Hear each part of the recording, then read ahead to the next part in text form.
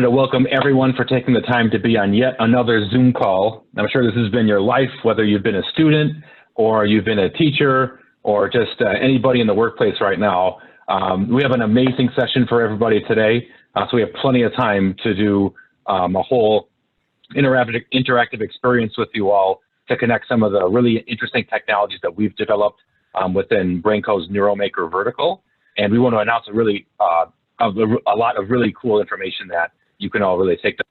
And as you can see on the screen here and in our camera, I believe you can all see what's happening here. We have Dr. Jamal with us here. I could wave hello for us, Dr. Jamal. Hello, everyone. Yeah, so we'll do some great introductions in just a second. But first, I just want to thank everybody for being on here. I have a schedule coming up. I'll outline everything that's going on. And just like our announcement here said on this page, we're going to leave plenty of time for you to ask any questions whatsoever to Dr. Jamal within either the frameworks that we set in this presentation today or whatever else you want to talk about. So if you're interested in pursuing anything within STEM that you want to talk to somebody who really did go all the way to a doctorate and some really cool technology, Dr. Jamal could share a lot of really cool, interesting tidbits. Not to mention, I'm sure there's lots of other interesting things that we could talk about. So I'm seeing the clock get just about to a few minutes after 6, so I'm going to go ahead and get started. And here's what we're looking at today. So I know there's students here, there's teachers, there's enthusiasts. So we have a lot of different information for you all to take in. So what we're going to do first is we're going to do an introduction so that you can learn a little bit more about who we are, what our organization is, why is this guy talking to you from this dimly lit room, and who is he? So we'll go through all that. Then we're going to talk about our creative challenge. So as a quick sneak peek, we here at BrainCo in NeuroMaker have actually giving out $4,500 worth of incentives for people to take on our STEM competition. So if you think you have the skills and you want to take your robotics or STEM knowledge to the next level, we have an amazing program that you can get involved with. Next, we're going to talk about some real-world applications of the technology within our organization. And finally, we're going to leave you plenty of time to ask whatever questions you have. So I'm going to jump right into it with some introductions. So myself, if I haven't met you before, I know there might be a few people in the audience that have seen me before. My name is Andrew Banish. I've run international STEM programs for the past 10 years. I worked a lot with FIRST Robotics in the past, if you're familiar with that. I just finished my master's in technology, innovation, and education from the Harvard Graduate School of Education. And here I've come into the NeuroMaker family, and we are developing all kinds of different ways that we can take some amazing technology and brain-machine interfaces, AI, and a whole host of other things for you to experience as a student or in the classroom. So just as a quick note, you'll see in the bottom right-hand corner, if you want to learn about us or our challenge, we have the link up there, and you'll see that in all of our slides. And then next, we have Dr. Jamal with us. So obviously, I'm so happy that she was able to make time to meet with us all today. So I'll let Dr. Jamal introduce herself, and we'll be discussing with her lots of other stuff in just a few minutes. Thank you, Andrew. So my history is by training, I'm an electronic engineer, and after my undergraduate degree, I went on to get a PhD. And during my PhD, I was focusing mostly on EEG signal processing and looking at applications in clinical populations for using EEG technology to be able to somehow characterize different phenotypes in clinical populations. Not going into too much details. And then my passion generally, I love my research interests involve signal processing, general machine learning, as well as computational neuroscience. After my PhD, I went on to do my postdoc at the MIT Brain and Cognitive Sciences Department, where I also use some of my signal processing skills, machine learning skills to work with EEG technology and EEG applications in clinical populations. And soon after that, I joined BrainCo as their senior research scientist. And basically, I handle the research department, do a lot of work with signal processing and algorithm development, and I love it. Yeah, so obviously couldn't say it better myself. And just as a reminder to everybody out there, we've actually done many different webinars with Dr. Jamal. She's been an amazing supportive element of everything we do within STEM. And she herself spends a lot of time engaging with the community on all kinds of different STEM projects. So if you want to learn more about her backstory, we actually have a few webinars that talk about how she got to where she is. We can certainly delve more into that too within this discussion, but she's given us lots of different resources, and if you want to engage with any of those, we'd be more than happy to get you involved. All right, so moving along here. So a quick introduction to our organization. So this fun little interactive video here, just a quick snippet of it. So NeuroMaker is actually an offshoot of our parent company, BrainCo. And BrainCo is a brain-machine interface technology company that was incubated out of the Harvard iLab. It's been around for about 5 years. You can see it's a very startup-y tech environment within our organization.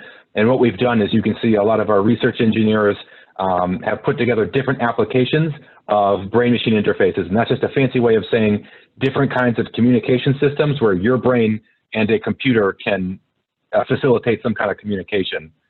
And we love to gloat. So one of the things we can gloat about is we've been consistently one of the top 10 startups to watch in this space, in the brain-machine interface, brain-computer interface industry. So Nanolyze here rated us as one of the top 10 startups to watch within this technology, and that's right up there with organizations like Kernel. You might have seen Elon Musk is heavily involved in this technology now. Bill Gates has invested a lot. Facebook put a lot of R&D into utilizing this. So we're really happy to be in this space, and there's all kinds of different ways that you can get involved. And just to set the scene, what really is a great way of seeing how that technology can play out in real life is through solving a real social issue with it. So you can see in this video here, this is one of the amazing amputees that we work with. His name is Mr. Knee, and he's actually a double amputee. So unfortunately, he lost both of his hands. However, by using that brain-machine interface technology I told you about, we can design special sensors that go on his arm, and we can translate his muscle signals into signals that a computer can analyze. And through AI algorithms, similar to what Dr. Jamal has put together, that robotic hand that you see there can actually understand how he wants to move that prosthetic. So some of the amazing technology that we've put out there is just like this. This is called the DEXIS prosthetic. And what we've done is combined AI, brain-machine interfaces, along with a really socially important issue, and combine that into a real-world solution here. So just to gloat a little bit more, because of course we have to do that, this invention has won a ton of different awards. So for the engineering design geeks out there, we've won an Edison Award, all kinds of stuff with digital trends. You can see our awards that we get at CES. So we also got the Time Best Invention of 2019. So one of the best inventions of the year, you can see it right there, was on the cover. And what that all really derived from is we're able to be in this really cool technology space and also apply it to a really socially important problem. And why I keep mentioning that socially important problem piece is because us within NeuroMaker, we saw our engineers go through this whole process where they found that they had this access to really cool technology, that they saw that there was a problem out there in the world that they could solve, and they ultimately went through all this design thinking, and they went through all of this prototyping process to eventually turn that into something that you could put into your hand. So we at NeuroMaker wanted to make that experience accessible to anybody who is interested in applying your skills in that space. So what we developed is this kit. We call it the NeuroMaker STEM Base Kit, which is a educational set, which is based off of all the principles of that prosthetic that you just saw. So students that are interested in going into that AI space, investigating with BMI, uses your set to enter that world. And we hope to use that in a lot of different ways. And one of those special ways is the NeuroMaker Challenge. So I know a lot of you out there have been doing different things with robotics. Maybe you've been doing different things in the classroom, but we wanted to make sure that if you wanted to do something on your own and you had your own great ideas, that you could have a base to then display that to the rest of the world. So all these engineers at BrainCo, so all of our Harvard and MIT connections, we got together and we created this, the 2020 NeuroMaker competition, where we asked you to think of different ways that we can help amputees out there in the world. So we actually have a whole challenge pack that you can see on the bottom right-hand part of the corner of this slide that takes you through the whole process. And we challenge you all out there to think of a way that you can implement this technology to help these kind of people. And what we do is the students So anybody out there who's interested can use that base kit along with any other materials that you want. So if you have a 3D printer, you have another robotic set that you like, you can integrate everything together and you create a prototype of your solution. You can then create a video and a written report, and we have it all delineated on what to do. So it's really easy to do in a remote environment, and then you submit that to us. So we want to make sure that our experiences translate to what you do with your own projects. So actually the projects that you will create over the course of the next few months will be reviewed by the same judging panel that put together that prosthetic that you saw earlier. So that includes Mr. Han, who's an MIT innovator of the 35, another Harvard alum, Dr. Jamal, who's here, so she can give you a sneak peek from her side what kinds of things a real engineer is going to look for in a engineering solution. Dr. Wu is a lead engineer behind the prosthetic, and I myself, you guys get to talk to two different judging committee members, have put together all the educational frameworks for this. So as I mentioned before, we are going to have a bunch of awards available for people that get involved with this. So actually, our top 3 middle school winners will actually get cash prizes. So first place will get $1,500, second place $500, and third place $250. Same for high school, and we have a ton of other awards too. So if you are interested in getting involved in doing these things, we can get you recognition from these top engineers, and we can connect you with some cash to keep your projects going. And you know, you really want to take that extra step into STEM. We want to make sure that you have the basis for that. So our signups are on that link here, and we can certainly answer any other questions that you have as well. And since you are all on this webinar, we're announcing today that we're actually offering a special promotion. So if you really want to get involved, we want to make sure that no matter what situation you're in, you can do it. So we are running this promotion. If you go to our website and you enter the code NeuroMaker, the first 10 people that sign up and get their kits will actually get $150 off of their full set and their registration, and the remaining 50 will get $100 off. So and within, like, all the details are inside the website of like what materials you get. Your registration actually comes free with all of the equipment that you get, and there's all kinds of other things that you can get out of that too. We also just started a Instagram account, so if you want to follow us, you can follow us at NeuroMakerSTEM. So we just put that promotion up there. So you're the first people to see it. You'll be the first people to go onto our page. So we're super excited about that.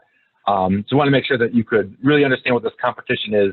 And just to be clear too, this will be running throughout the first semester of school. So we'll be accepting submissions all the way up until December 20th.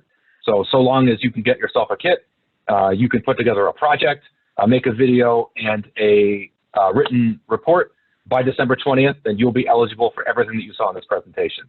So I'd be happy to answer any other questions that come up later on, but we know we all want to get to speaking with our esteemed partner here, so we'll get right into our content. So what we wanted to spend some time on today before we got into the open Q&A, so we have about 10 minutes where we wanted to set the scene so that if you are all out there doing your own projects within our NeuroMaker space, or really anything that you do, you have a great design thinking framework that you can work from. And there might be some of you out there that are in a STEM class, maybe you're already doing some robotics competitions, or maybe you've just heard about these concepts. I think what we can talk about today is a really great framework for how you can think of ideas that can help the community at large. And we'd like to do that within the perspective of our technology. So we'll just do a really quick primer on this, and then we can have any other questions that you want to have addressed, brought up later on. So what we like to say is that coming up with a great idea that's going to change the world and fit into some kind of a social need, you're going to need 5 different stages. So first, you're going to want to empathize with the people that you want to help, to really understand who they are, do your research, make sure that you can walk in their shoes. Next, once you have an idea of what that person is like, you want to find a problem that you can solve and really define it. You want to make sure that no matter what thing that you want to solve, you have a clear idea of what you want to do, because you're going to need to have a clear idea of that problem so you can make tons of great ideas. You can ideate what things you can do to solve that defined problem. And once you come up with all your crazy ideas, you have to come up with prototypes, and your prototypes will test exactly how well your ideas solve that defined problem that you have. And that all comes in this testing cycle. So it's this really refined cycle, and And we thought what would be fun today is to go into each different step and talk about a little bit of our different experiences within the STEM space where these things came to life. So if you're interested in getting involved with that challenge, here are some ways that you can think about really getting involved. So first, we're talking about empathy. So empathizing with our group. So we're talking about amputees, other people that can benefit from brain-computer interface technologies. I just started here. This is actually part of the resources available in our challenge pack that you can already look at some defined research that's been done with this community. So I'll just pick on one. So we found that through lots of different surveys, amputees often want to live as independently as they can. So a lot of projects that our engineers and our students have done in the past have been really about finding some way that an amputee is doing the best they can to live independently, like as if they didn't have some kind of a physical handicap. So that's really thinking about like what daily things that they have to get done, which might not be familiar to us at first glance, like would need to be addressed in order for them to reach that goal. So a lot of that comes through thinking and empathy. And it doesn't have to be in just this space, but any other kind of engineering design problem. So Dr. Jamal, is there a way that you've empathized with a certain problem set or an experience from there that you think is relevant? So yeah, it's very important, as you said, to start with empathizing and identifying pain points in a certain population, because that's where the key is. We in our own bubbles might think that a certain population, especially if we don't have experience with that, are facing certain problems, but it's only once you go speak to them, understand what, what are the, you talked about defining the problem. So really to define that problem, you need to go do your research on the population or the problem that you're trying to solve. And it goes hand in hand in everything when it comes to doing research, or even, if you're building something with the goal of a new invention to solve a certain problem in the world, you really need to make sure that their problems are defined. You do your research as to what that problem is. A very good definition of a problem is going to lead you to have a better idea as to what your product or what your prototype needs to do in order to solve that problem. Absolutely. And you just brought us into our next stage so eloquently, which is really defining what that problem is. So once you've done a ton of research, you've been able to talk to some of the people that you want to help, then it's a really great exercise to figure out, okay, I understand what kind of issues are apparent in this group that I've identified. Now let's try to figure out one thing that I'm going to try to solve, because ultimately everything you do after that should be in the pursuit of solving that issue. So one interesting way that this has been done within the design thinking framework, if anybody out there is interested in the full framework behind this, if you go to the IDEO website, so IDEO is a creative think tank that people like Apple and all kinds of other tech companies use. They have this whole amazing way of how they turn this into really cool design thinking exercises. So one way they do it is by coming up with a sentence based around this framework. So it's really simple. So somebody might need a way to something because or due to something. So in this case, of course, that doesn't sound very eloquent, but we can put some more meat on that bone and say a lower arm amputee might need a way to pick up and use a fork because that person needs to live independently, right? So we saw our insight from the previous slide. They want to live independently. Well, how can they do that? So you can empathize with your group. Maybe there's a day-to-day interaction with breakfast or something that wouldn't be so evident without actually empathizing with this person. How can those two things come together? So that's one interesting way that you can put that together. So making a clear, concise way that you can define that problem is a great way to get started.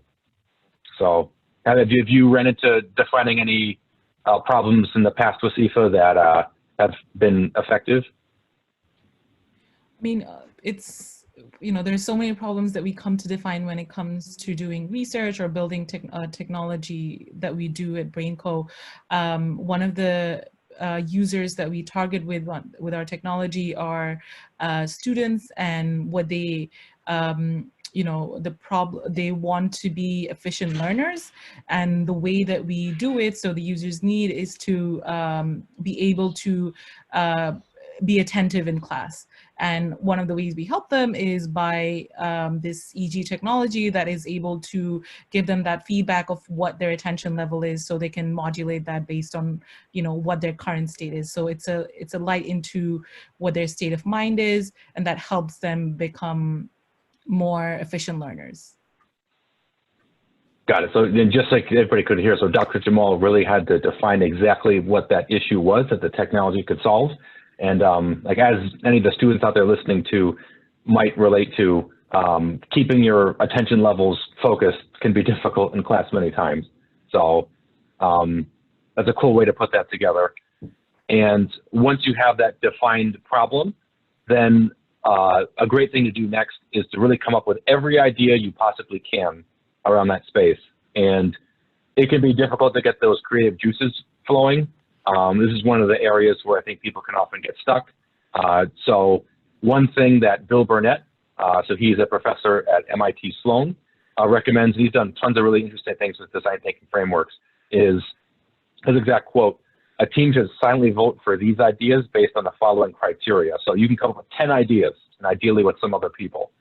So you want to do 4 ideas that are based on their potential, not their feasibility. So how far could that idea go? Like, could that be developed into something really amazing, right?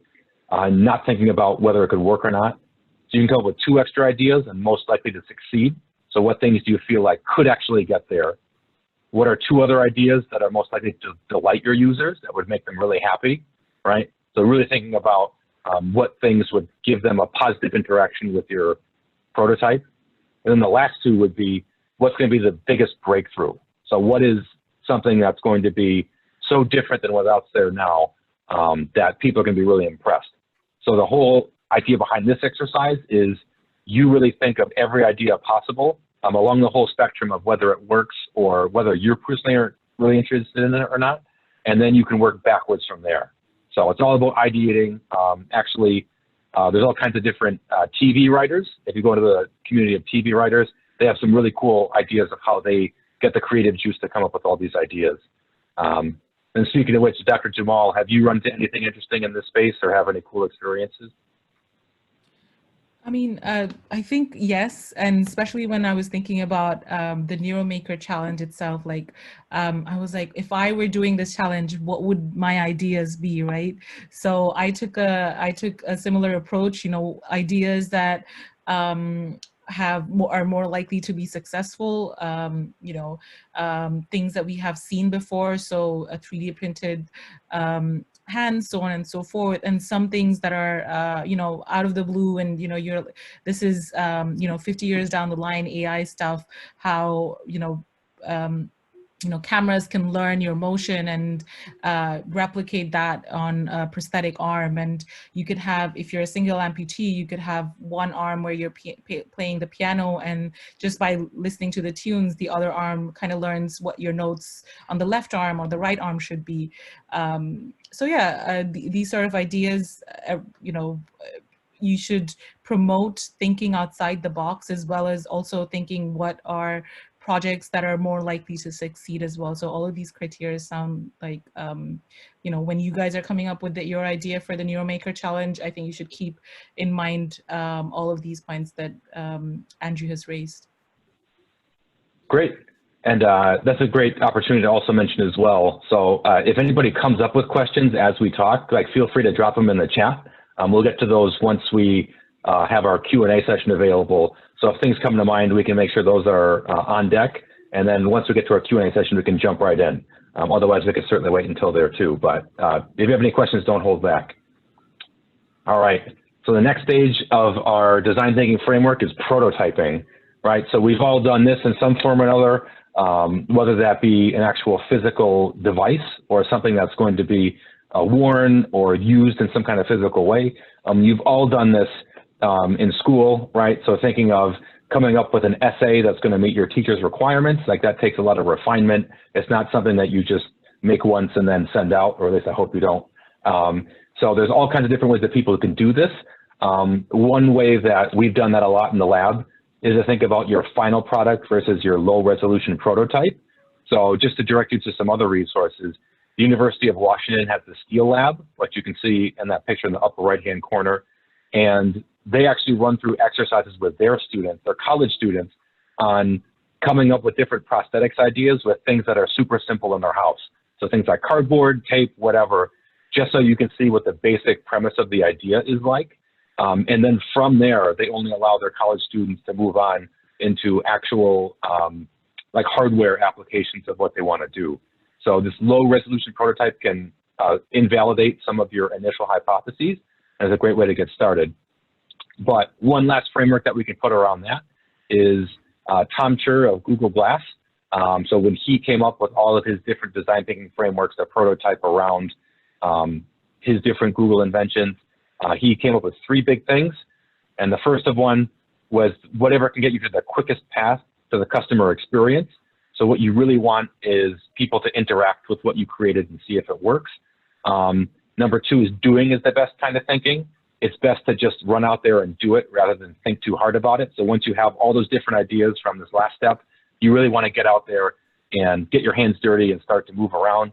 And then finally, the materials that move at the speed of your thought to maximize your rate of learning. So you don't want to get hampered by things that are overly complicated in the beginning.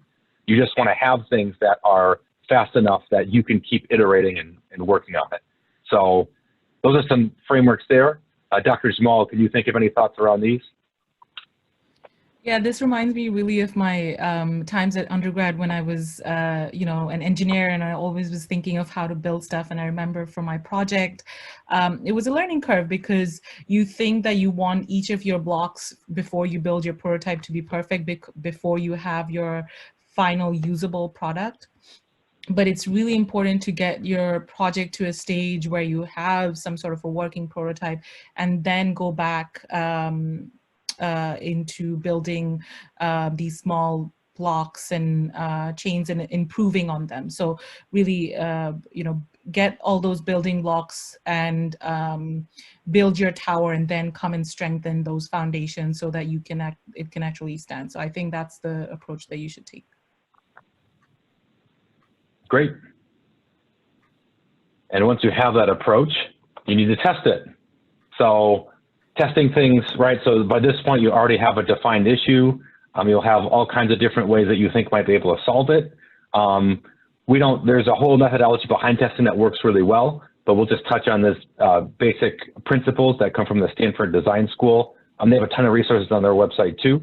But the one thing that you do want to consider, particularly those people that get involved with our NeuroMaker challenge, you're probably not going to be able to test this on an actual amputee. Would be amazed if you could. But the next best thing is to really think about this process with your anticipated end user, which would be number 1, what things you need to test about your prototype, so what factors are inherent within that.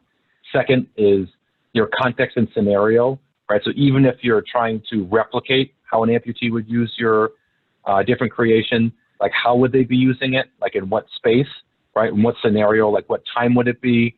Would it be when somebody's super stressed? Would it be in an environment where they're assisted by somebody else, right? The number 3, how does your interaction with the user look like? Is this something that you have to set up for somebody, or can it just grab and go? The number 4, what kind of process are you going to use, and what method to observe, capture, get feedback, and reflect? So how are you going to get information to know that your prototype works? So we can't touch on too much there, but these are some nice frameworks to think about. So Dr. Jamal, what have you found from your different testing? Do you normally get it right on the first try? Oh, never. Typically, that's a very low probability to get everything right on the first try. And I believe if you speak to all great inventors and innovators, they, you know, the idea that they start with is never the idea that ends up being the final product. So it's really all about that feedback loop that, you know, you had in your first diagram when you define, when you empathize, define, ideate, prototype, and then test. It's all about those loops that are going back after testing. And it's all about the learning process as well. One of the things about being an engineer and making something work is you need need to document what you're learning and, what went wrong. Things going wrong is not a bad thing, but not learning from it is. So document those things while you're in the process during this challenge. I think that's going to be essential to your end prototype. So make sure you learn, you reflect, and take that feedback and learn from it, and then go back to the drawing board and then come back again. Great. And speaking of getting onto the drawing board, well, you did want to spend a little bit of time, so a couple minutes, just to give you some ideas of what a potential project that you do could entail. So whether you're using just the kit that comes with registration, or you want to implement some outside materials into it, there's all kinds of different applications that you can use. So we just wanted to compile some of them. You can find more within our competition documents. So we have all kinds of different ideas and ways for you to think about ways that you can get involved with helping people in this space. But we thought it'd be useful to share a few things here. So our first one, just to give you a little bit of inspiration, a lot has happened within 3D printing.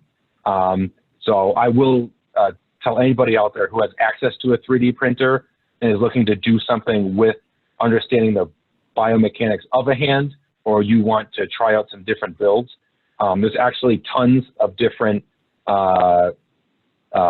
frameworks that you can use that other people have contributed to from the National Institute of Health here at the 3D Printing Exchange. So if you're interested in a particular kind of motion of the hand, or whether it be a particular finger or the wrist or whatever it may be, and you want to iterate a little bit on what you already have, there are some resources available. Is there anything within 3D printing that you think might be relevant to students' projects, Wasifa? Yeah, I think this project can have a lot of branches, if you may think. So you could, see if 3D printing, 3D printed arms work versus not. So, just designing your own 3D printed prosthetic. You could look into materials within 3D printing, which one's better, which one would be a better material to print with, for amputees, more durable, look into the durability. All of these matter because, when you are building a prosthetic, durability matters. So you could do a case study and see which sort of 3D printed material might work better or is more durable. Also cost. So you could look into saying that, hey, if I replace one of the flex sensors or the elastics with a more low cost alternative, does that take away from the usability, but does it still, have the same integrity that an amputee would be able to get uses out of? So think outside the box. It's not only that, oh, I'm going to print a 3D printed hand and can it work? Think about, if you can save in terms of cost, if you can improve in terms of mechanics, material. There are a lot of things to think about when, thinking of how a technology can actually benefit a certain population. Great. So there's a lot to work with there. So another place that people can use, so thinking of different ways of how the joints around different pieces of your body can interact with things.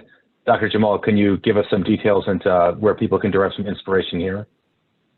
Yeah, absolutely. So one of the pain points of amputees is that when they have any prosthetic made for them, it's usually they need a custom interface. So every amputee has a different form of amputation in terms of location, which muscles are at the interface. So think about that every person has a different formation where the prosthetic needs to fit. And getting the right fit is sometimes a big problem for prosthetics and prostheticists. And imagine if you could, have and it takes trial and error as well. And, the prosthetists don't always get it right the first time. So imagine if you had a technology where you could take pictures of the amputated limb in multiple angles, and basically you could build a model that uses multiple angle pictures and can create a custom interface for that individual that would, you know, reduce all the time and effort that goes into it, cost as well, you know, and also comfort for the amputees. Yeah, so there's a lot to derive there. So if you want to take your steps into AI, that could be one interesting way to do it. Yeah. And this last one, so you mentioned there's some common household tasks and all kinds of other things within the home. Would you like to share your thoughts on this, Dr. Jamal? Yeah, so this is kind of like, it's not a pie in the sky, but as I said, imagine if you could teach a robotic arm how to, you know, interact with any gesture control system in your home, right? If you're a double amputee and you don't have upper limbs, then it might be hard for you to do some tasks. Whereas if you're if you have this robotic hand and it knows a few gestures that it can interact with the gesture control system, then it could do a lot of these, then it could control a lot of smart devices that are around in your house, like, you know, snapping the finger to turn off lights, or you know, waving your hand to turn off the TV, kind of thing. So those sort of, you know, small gestures that that you can teach a smart hand to interact with a gesture control system. And there's APIs that you can get online that have that are already pre-programmed with gesture recognition, and all you'd have to do is to train your hand to make those gestures based on a certain certain trigger. It could be a voice trigger, or it could be just pressing a few buttons. It could be anything. And imagine something, so this would be more hands-on where you're training the hand, but imagine if your hand, you know, if you have a limb that's connected to the web, and you can direct videos. So this hand kind of, you send a video of someone making a burger, right? You know, the top-rated YouTube burger making video, and the AI hand kind of learns that in order to squeeze ketchup out of a bottle, it needs to make these movements with the phalanges, and it learns that this is the pressure, and this, and you know, more pressure means more ketchup versus high, you know, less pressure means less ketchup. And it kind of learns that movement and can make you a burger, or squirt your ketchup for you with your desired, you know, you could have your predefined desired level of ketchup in your burger, and imagine somebody putting the right amount of ketchup in your burger every time. You know, we all know that, you know, McDonald's or Burger King might get it wrong, but this hand will not get it wrong, right? If you could put that together for me, you know, forget about the challenge. I'd be very happy. For anybody out there. I just had a burger for dinner tonight, so this is very relevant. Yeah. Yeah, so like, you know, that facetiousness aside, I think there's all kinds of cool ideas that we can come up with here. And we just wanted to give you a little bit of taste of some design thinking frameworks and ideas for moving our projects forward. So I'm just gonna make this one last announcement, and then we're gonna turn it over to any questions that you have. So if you think of any questions for Dr. Jamal, anything about the challenge, or whatever else you want to talk about, feel free to drop them in the chat or get ready for our Q&A session. The one last thing I'll bring up is that if you thought this was interesting, or you want to see more of the intersection between how you can get involved with the high-tech prosthetics, we are a partner of Mass Robotics. So Mass Robotics is a Massachusetts state-driven initiative to make robotics more of a common industry in the state. So we've actually been selected to demo some of our educational technology happening on October 22nd. If you go to their website up here, their event page, you can sign up for that too. And we're actually going to demo our real prosthetic, so you can see how that works. And we're going to show how you can experience that with our educational set. So if you're interested in that, feel free to sign up. We'll have other things available after that as well.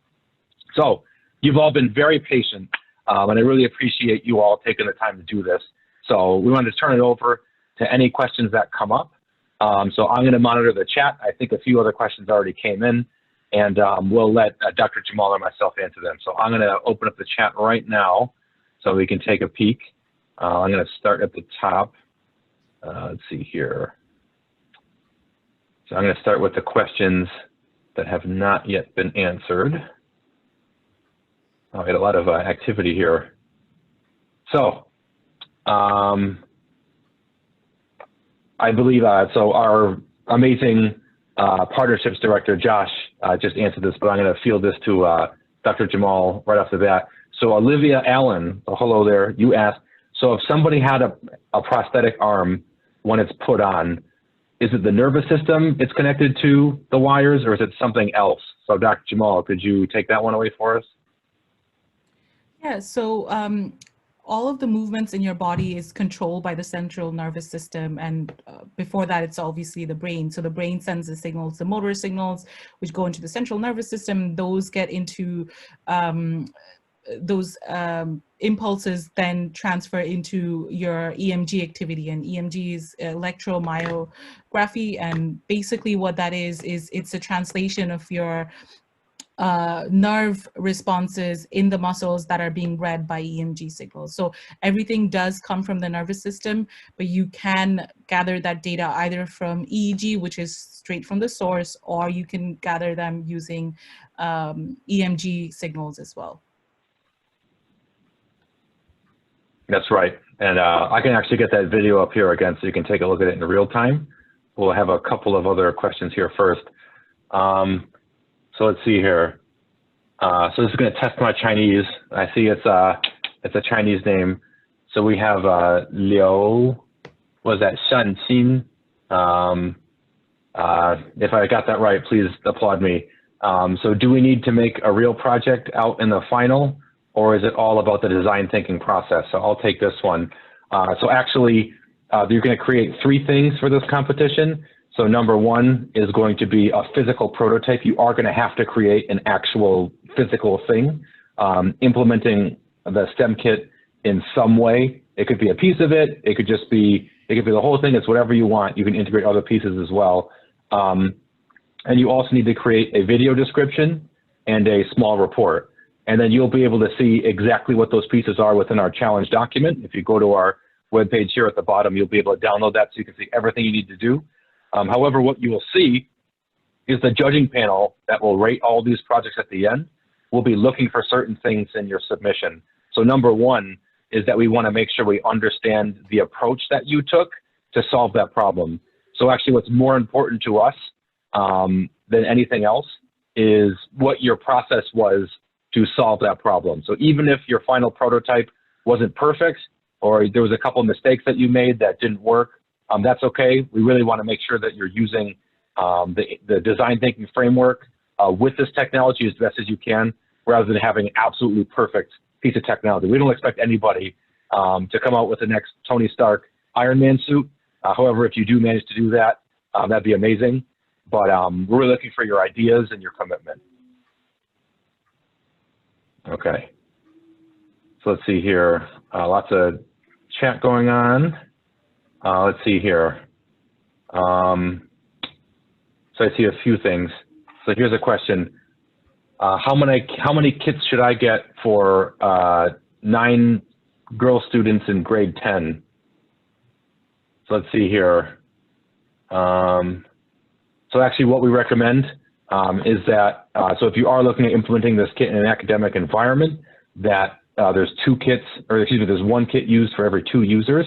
And we realize now with distance learning and all that kind of stuff, that can be difficult. However, we found ways that our students can actually work remotely with these kits, or we can have different ways of cycling them around. It works actually quite well in a hybrid environment. So in that case, if you're looking at about 9 students, then we would recommend getting 4 to 5 sets, so whatever is most appropriate for your needs. Okay, great. Next, so I've got another question from Chan Yu. So hello there.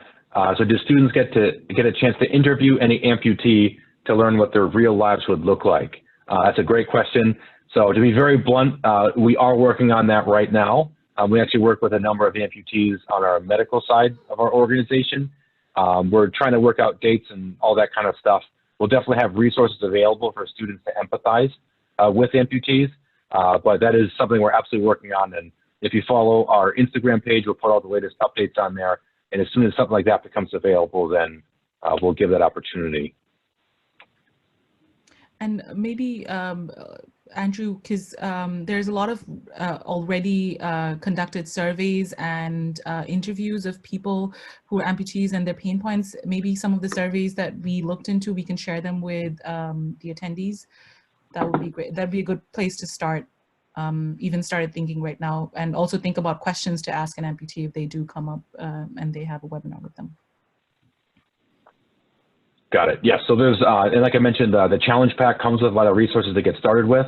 We're always super excited to get involved. So if you're looking at particular items, just as Dr. Jamal said, there's a lot of research out there and other case studies that we could get to you. So I have another question from Gracie. So I'm going to direct this one to Dr. Jamal. So when you try to make the hand pick up a fork, do you control it or do you put the hand on your arm? So it depends on your design. If you are using the NeuroMaker kit, I believe it comes with a glove with some flex sensors where you can, you know, the glove communicates wirelessly with the 3D printed hand. So any sort of movement that you are doing in your hand is kind of replicated in the 3D printed arm. So you could do that, or if you wanted, you could, you know, not have that glove component at all involved in it and say, you know, how would I train a 3D printed hand to pick up a fork by itself without you having to do, you know, have the hand. Again, think about ways that you want to help the amputees. You know, do you want it to be controlled by another hand, or do you want it to be self-controlled where it learns and it has that information already programmed into it and it just picks up a fork when it sees one?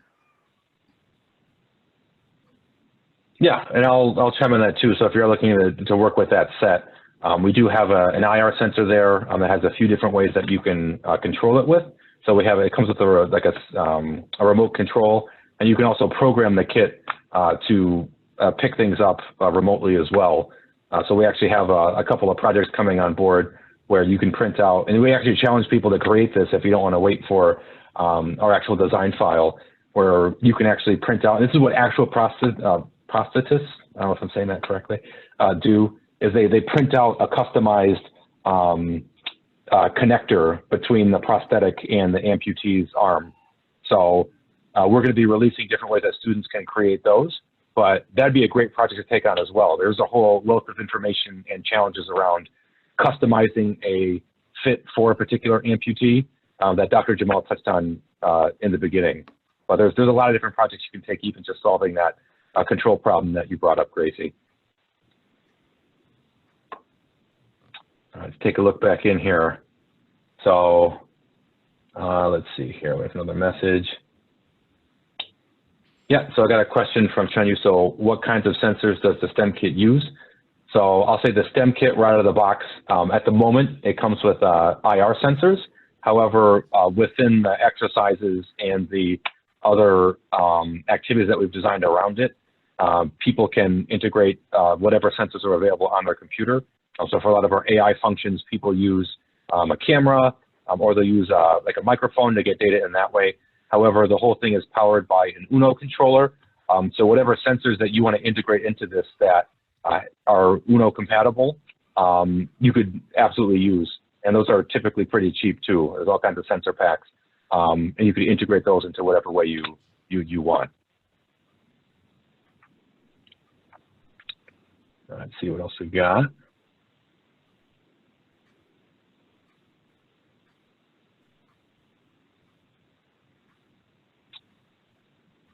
So going back into some of the original questions up here.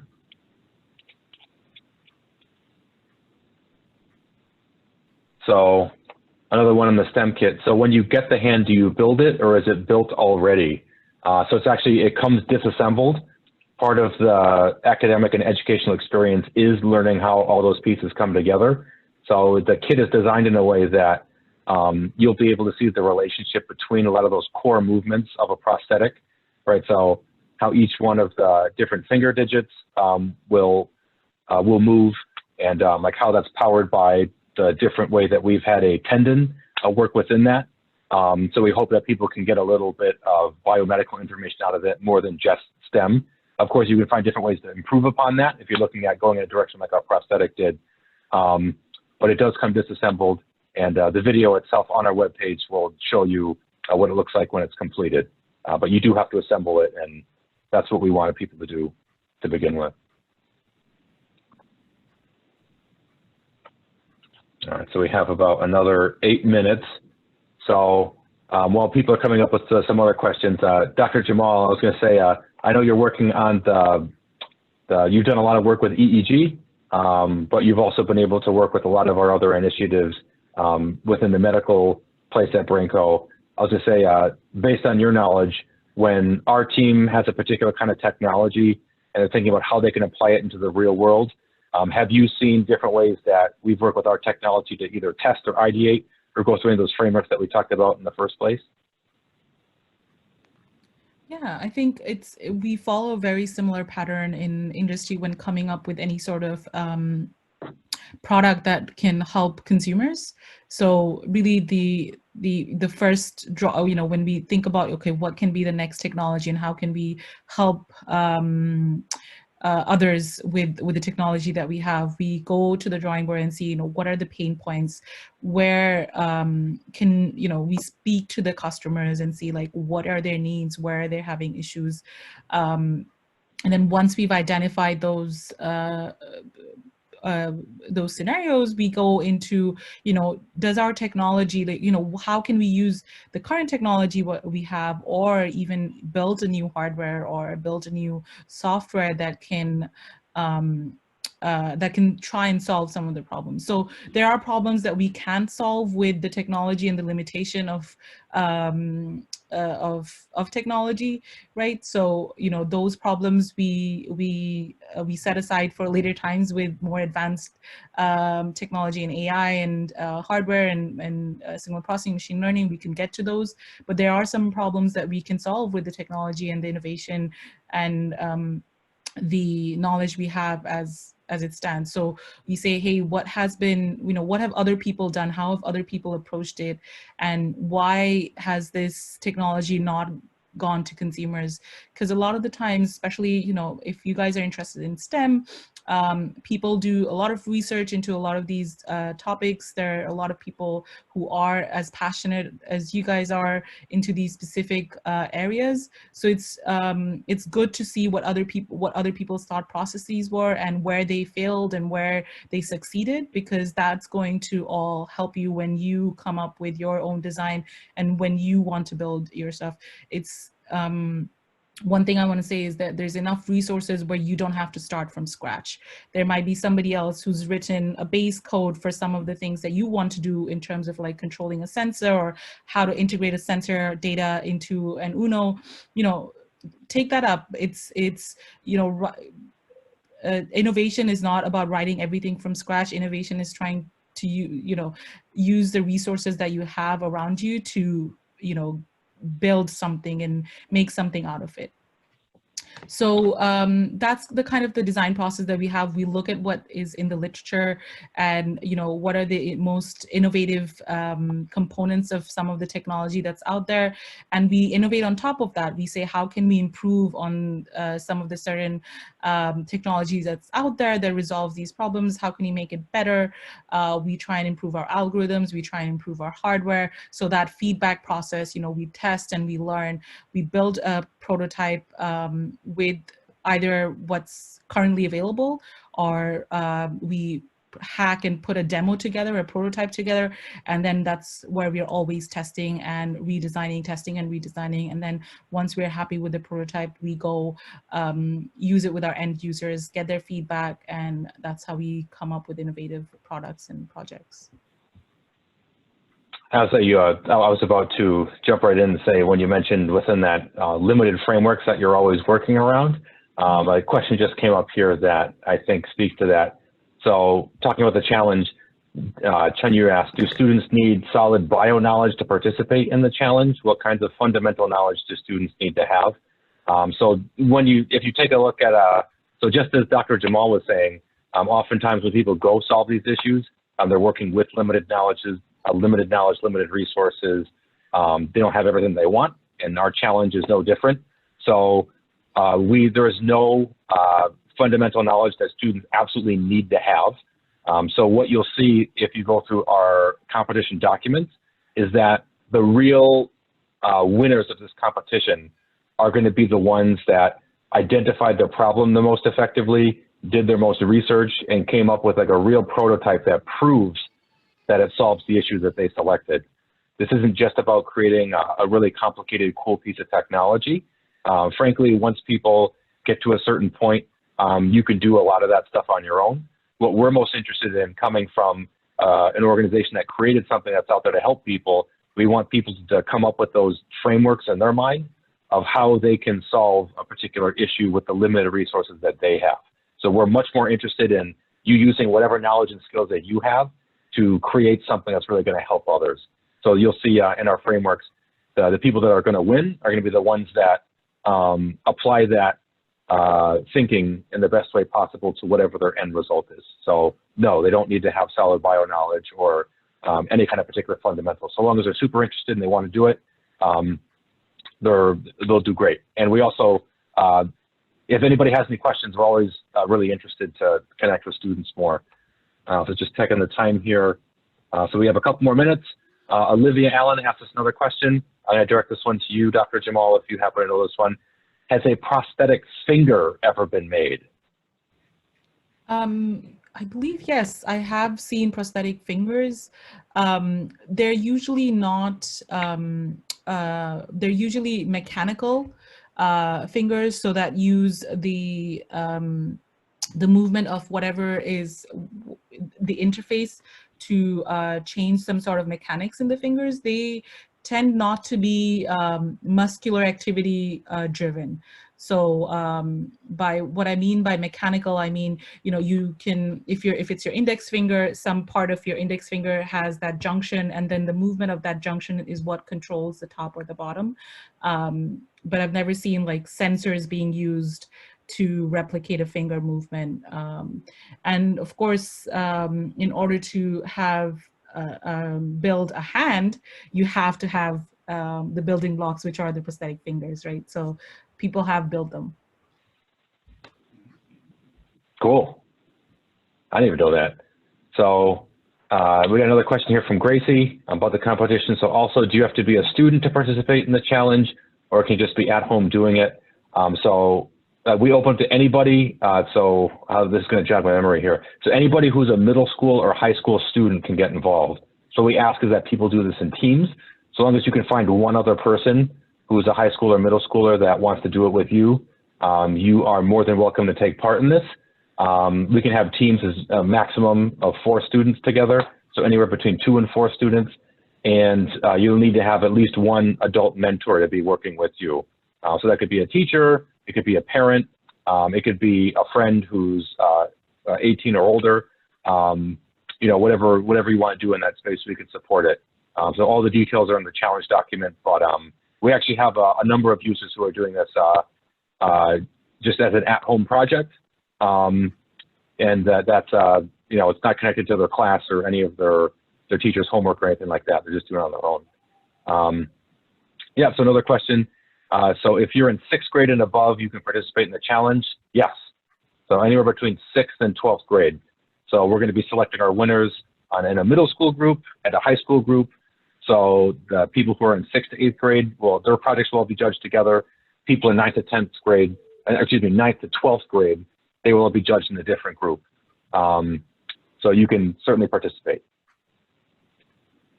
Okay, so we're almost at 7 o'clock. We are at 7 o'clock. Are there any last minute questions?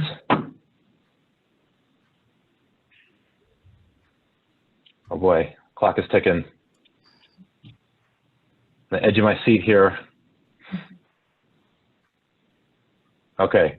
Well, if you have any other questions, if you go to our website at the bottom, you'll see a form right at the very bottom where you can get in touch with one of us. There's also a Drift account that you can see on our website. And that means you can chat with somebody as soon as we see it. So oftentimes we have somebody who's live manning that account. And we can answer whatever questions you have here. If you have any other questions on the technology piece of this, we'd be happy to answer those. Anything else on the challenge or the kit, we could answer anything. We're happy to, I'm particularly happy to talk about this all day. So with that being said, I'm going to wrap it up. So thank you everybody for coming to listen to our presentation here. Over the course of the next few months, as you saw with mass robotics, we're going to be releasing other webinars too, with other people in the STEM space, in our organization and outside of it. So stay tuned for those. If you follow our NeuroMaker STEM page on Instagram, we'll be releasing updates there along with our website. We're actually releasing a new website too. So we'll make sure that you get that information. And we're happy to answer any questions you have. And we really want to see what kind of cool projects you come up with for the challenge. There's a lot of potential there. And I, along with everyone at NeuroMaker, are really excited to see what you guys come up with and make sure you guys can get rewarded for it. So that's everything we have. Thanks again to Dr. Jamal for taking the time. Thank you to everybody for coming here on yet another Zoom call, and hope to talk to you soon. So any final parting words for us, Dr. Jamal? No, and thank you for having me. And I would like to say good luck to everyone who wants to be a part of this challenge. I'm really excited to see what you guys come up with. And yeah, I'm really, really stoked. Great.